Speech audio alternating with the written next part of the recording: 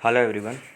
मेरा नाम है शुभम चतुर्वेदी और आशा करता हूँ कि आप लोग सभी लोग ठीक होंगे। तो आइए हम आज ARO के सलेबस के बारे में बात करते हैं, क्योंकि इसकी परीक्षा जल्द ही होने वाली है। अभी पिछले महीने ही इसका फॉर्म भरा गया था।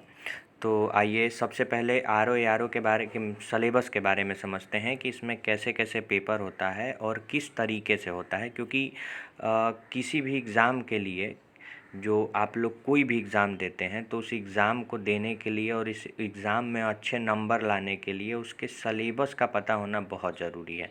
क्योंकि अगर सलेबस पता नहीं होगा तो आदमी इधर उधर की चीज़ें पढ़ता रहता है और जब एग्ज़ाम हॉल में बैठता है तो वो सारी चीज़ें आती ही नहीं हैं। तो इसलिए आज हम ARO के सलेबस के बारे में अच्छे तरीके से समझेंगे कि कैसे कैसे एग्ज़ाम होता है और क्या क्या चीज़ें पूछी जाती हैं। चलिए, तो जो ये ARO का सलेबस है, ठीक है। सबसे पहले ARO का मतलब समझ लीजिए। जो ARO होता है, ARO का मतलब होता है रिव्यू ऑफिसर। रिव्यू ऑफिसर का मतलब होता है समीक्षा अधिकारी। और ARO का मतलब होता है असिस्टेंट रिव्यू ऑफिसर, मतलब कि सहायक समीक्षा अधिकारी। जो समीक्षा अधिकारी होता है उसी का ये सहायक समीक्षा अधिकारी होता है, ठीक है। चलिए, अब आइए आगे देखते हैं। तो इसकी जो आवेदन की तारीख थी, इसकी आवेदन जो ARO की एग्ज़ाम के लिए आवेदन हुआ था, इसकी शुरुआत 5/3/2021 को हुई थी और इसकी अंतिम तारीख 1/4/2021 को थी, ठीक है। और इसमें जो कुल पद थे 337, मतलब समीक्षा अधिकारी और सहायक समीक्षा अधिकारी दोनों को मिलाकर 333 पोस्टें थीं, ठीक है। चलिए, अब इसके सलेबस के बारे में समझते हैं। तो जो ये ARO का एग्ज़ाम है, ये UPPSC द्वारा कंडक्ट कराया जाता है, ठीक है। जो PCS का पेपर जो UPPSC कंडक्ट कराती है, वैसे ही ARO का पेपर भी UPPSC द्वारा ही कंडक्ट कराया जाता है, ठीक है। चलिए, अब UPPSC ARO परीक्षा पैटर्न, जो इसका परीक्षा पैटर्न है वो निम्नलिखित है, मतलब कि कई सारे पैटर्न हैं, तो वो समझते हैं। यह परीक्षा 2 चरणों में होती है, ठीक। मतलब 2 पेपर होता है इसका। एक प्री कह लीजिए और एक मेंस कह लीजिए, ठीक है। मतलब एक लिखित परीक्षा कह लीजिए और एक जो ऑप्शनल मतलब पेपर होता है, ऑब्जेक्टिव पेपर जो होता है वो, ठीक है। चलिए, जिसमें कि पहले चरण में, ठीक है, जो ये पेपर है इसके पहले चरण में जो सामान्य अध्ययन, मतलब सामान्य अध्ययन का जो पेपर है, इसमें 140 प्रश्न आते हैं, ठीक है। जो कि बहुविकल्पीय प्रश्न होते हैं। बहुविकल्पीय मतलब कि एक क्वेश्चन और उसके नीचे 4 आंसर दिए होते हैं, उसमें से एक टिक करना होता है, ठीक है।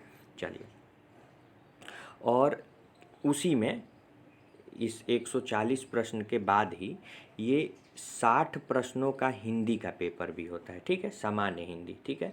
जिसके लिए 3 घंटा दिया जाता है, ठीक है, 3 घंटा, ठीक है। 3 घंटे का पेपर होता है। और इसकी जो माइनस मार्किंग है वो स्टैंडर्ड माइनस मार्किंग है, मतलब अगर आप 3 प्रश्न गलत करते हैं तो आपके 1 प्रश्न का नंबर कट जाएगा, ठीक है। और जैसा कि आप सब लोग जानते ही हैं कि यदि पहले पेपर में आप उत्तीर्ण होते हैं तो मुख्य परीक्षा के लिए आप एलिजिबल होंगे, ठीक है। तो ये जो मुख्य परीक्षा होती है, ये एक तरह से निबंध लेखन होता है, ठीक है। निबंध के बारे में आप जानते ही हैं, जो एस्से होता है, एस्से होता है। तो ये एस्से के लिए 2 घंटे, मतलब ये जो इसका दूसरा पेपर होता है, इसके लिए 2 घंटा समय निर्धारित होता है, ठीक है। चलिए, अब समझते हैं कि इसका जो पहला पेपर होता है, ठीक है, मतलब जो पहला एग्ज़ाम होता है इसका, वो पहला एग्ज़ाम कैसे होता है, ठीक है। तो इसका जो पहला एग्ज़ाम है, इसमें आप देख सकते हैं कि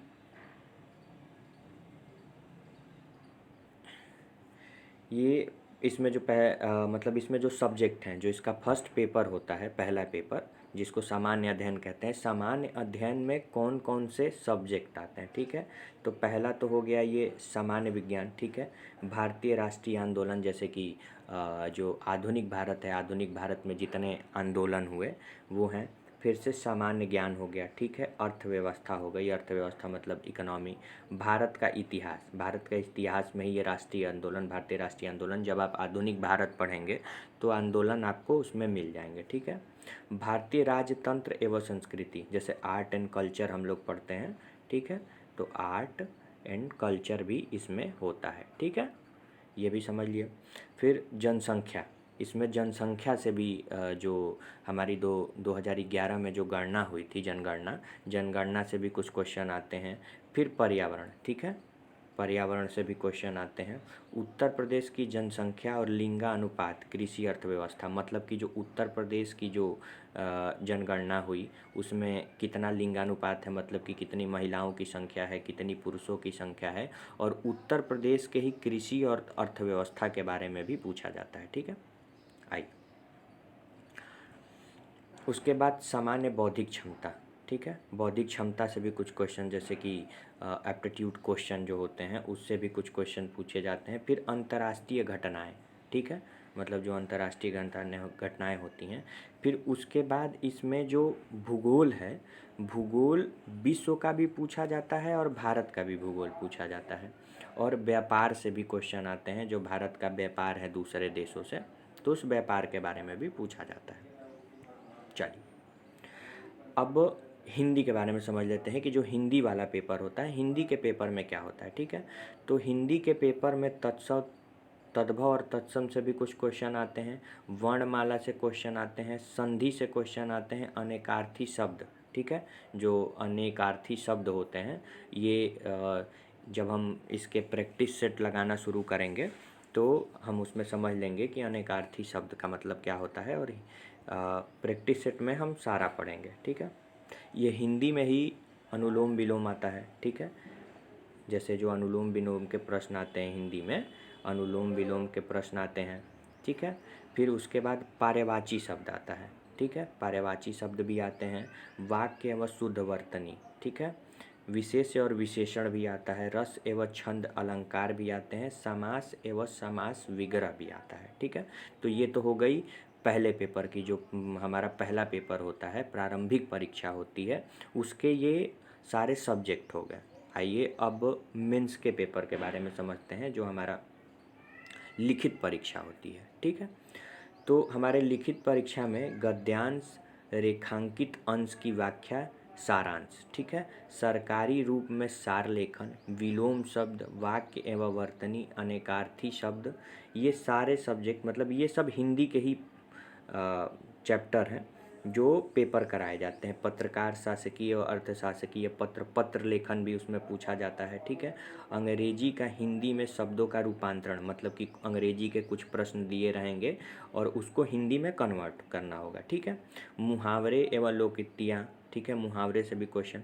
फिर निबंध लेखन, निबंध लेखन से भी क्वेश्चन आता है, और कंप्यूटर के कुछ थोड़े बहुत क्वेश्चन आते हैं, तो इसके लिए ज़्यादा चिंता करने की ज़रूरत नहीं है। चलिए, तो ये हमारा हो गया।